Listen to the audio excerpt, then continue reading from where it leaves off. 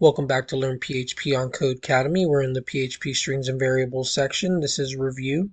Awesome work. We've covered a lot of material in this lesson, so let's review. Strings are collections of text that the computer treats as a single piece of data. A string can be any length and contain any letters, numbers, symbols, or spaces surrounded by quotation marks. In order to include certain characters inside strings, we have to use escape sequences.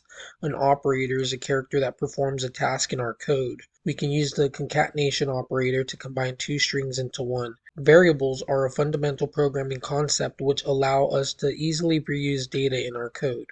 We declare a variable using the $sign followed by the variable name and then use the assignment operator to give it a value.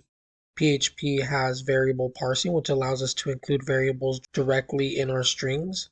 Once a variable has been assigned, you can change its value. This is called reassignment.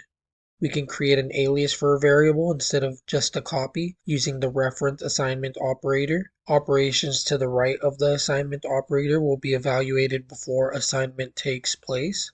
The concatenating assignment operator is a shorthand notation for reassigning a string variable to its current value appended with another string value. If that was a lot to take in, don't worry about memorizing everything right away. Remember that when you want to explore more about the language, the documentation is a great place to get comfortable exploring.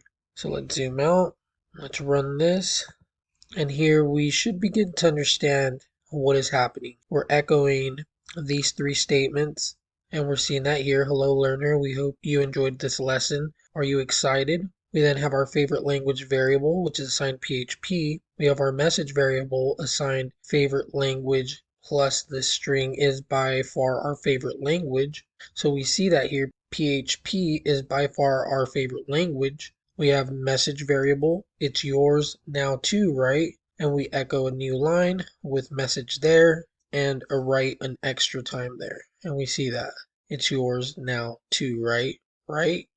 So what we've been learning again is variables and strings, and we're able to combine them in different ways and have them outputted in our program. As long as you guys study over this and make sure you understand the concepts that we've went over, then feel free to move on to the next lesson, and I'll see you there.